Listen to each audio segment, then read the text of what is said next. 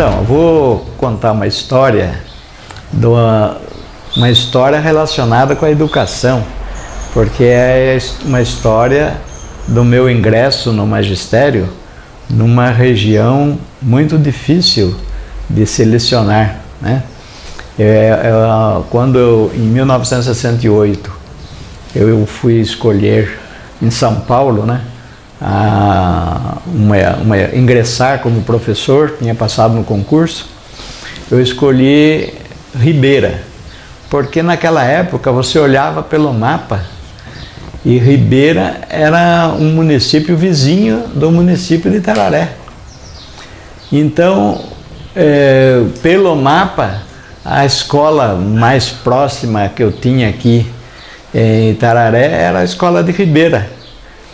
Só que depois, quando eu fui para lá, é que eu descobri o quanto longe era de Itararé, porque Ribeira, a gente tinha que ir em Capão Bonito, pegar o ônibus em Capão Bonito e descer para Ribeira. E de Capão Bonito a Ribeira é uma distância maior até do que de Capão Bonito a Itararé. Então era uma volta imensa que a gente fazia, né, para poder chegar na Ribeira. E quando eu cheguei lá na Ribeira, que eu fiquei sabendo que a minha escola era na zona rural. Era no bairro Catas Altas, que ficava a 12 quilômetros da Ribeira, né? Fui muito bem recebido, um pessoal muito bom, o pessoal da Ribeira, um pessoal maravilhoso, né? Mas me senti assim assustado, porque logo de início eu comecei a olhar, só tinha serra. Ribeira fica encravado no meio da serra, né?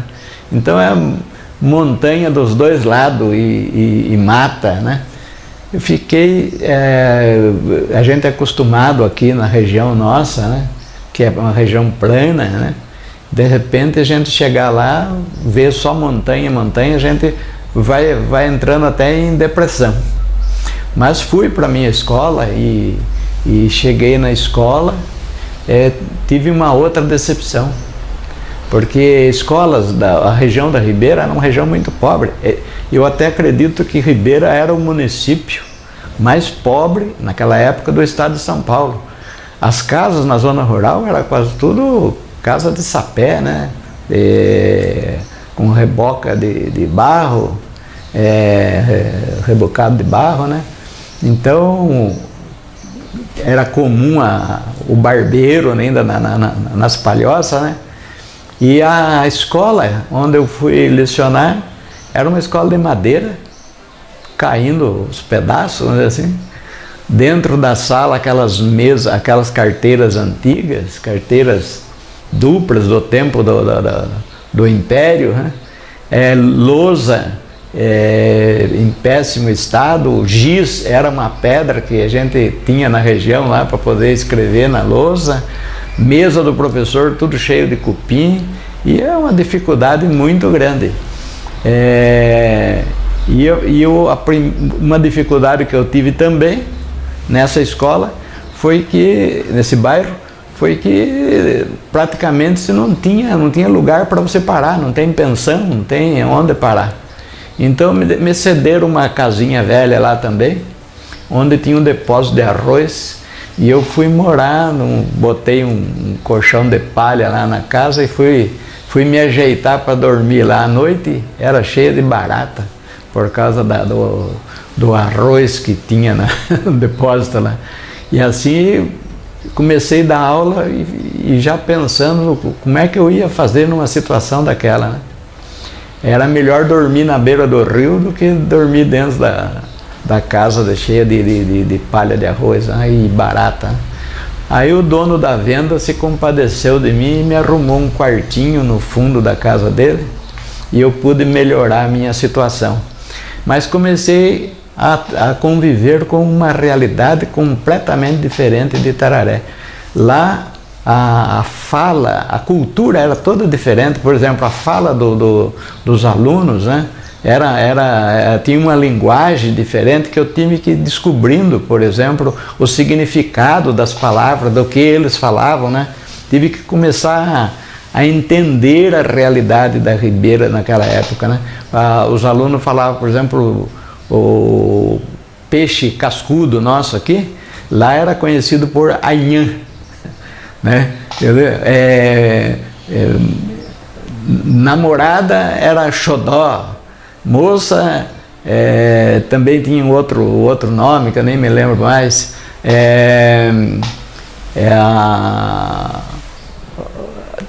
Um mendigo, por exemplo, era chamado de pidão. Umas coisas assim, uns nomes completamente diferentes. Macaxeira para mandioca. Então eu comecei a ver todas aquela linguagem diferente e fui aprendendo a conviver para poder ensinar os alunos. E fui vendo aquela realidade deles, uma realidade difícil. Então, o que passava na minha cabeça é o seguinte: como é que eu posso ajudar na transformação dessa realidade do bairro Catas Altas? Então comecei a me envolver com as atividades da igreja que tinha lá. A gente acabou fundando a igreja de São João, do bairro de Ribeira, né? E que tem a festa de São João, e que tem uma das maiores fogueiras acho que do estado de São Paulo. Todo 24 de junho tem a festa de São João, que a gente começou lá, é isso? Tocando sanfona, fazendo a festinha junina e tal, e hoje é uma grande realidade, né? Tive o prazer de ter participado dessa mudança. E outra que eu comecei a ver que, por exemplo, a água para a gente tomar era do rio. E como é que se toma água do rio, né? Sabemos se a água é contaminada ou não. A água da escola era a água do rio. A luz elétrica não tinha luz elétrica. Era uma realidade difícil mesmo, né? Então, você trabalhar numa escola assim, dentro num local desse, numa situação dessa, é muito constrangedor. Mas eu comecei a superar essas dificuldades lá na Catas Altas. Primeiro que a gente mandou analisar a água do rio Catas Altas, e a água do rio Catas Altas era potável. É impressionante a diferença quando você fala que a água de um rio é potável hoje. Ninguém acredita, mas lá a água era potável e de boa qualidade, e era a água que os alunos tomavam. Depois que a gente teve esse impacto aí com essa realidade lá da Ribeira, a gente já começou a fazer algumas mudanças, não é isso? Os alunos, eu já percebi que a gente com as festas, com o entrosamento, com a comunidade ali, eles começaram a aprender um novo relacionamento, e as coisas foram mudando. Um ano depois, eu casei e minha mulher foi para lá. E eu fui alugar uma casa, que eu precisava alugar uma casa para morar. Mas eu queria uma casa que fosse até melhor, não fosse uma casa tão caindo aos pedaços, nem fosse barraca. Eu queria uma casa. E tinha a casa do dono da venda, que era muito boa, mas ele não ia ceder para a gente. Tinha a casa da mãe do dono da venda, que também era boa, e as outras casas eram casas em péssima situação. Aí o dono da venda falou assim: não, eu tenho uma casa na beira do rio Catas Altas aqui, que está abandonada. E eu fui ver lá e saber a história da casa. A casa estava abandonada porque era considerada uma casa assombrada. Ninguém vai morar em casa assombrada.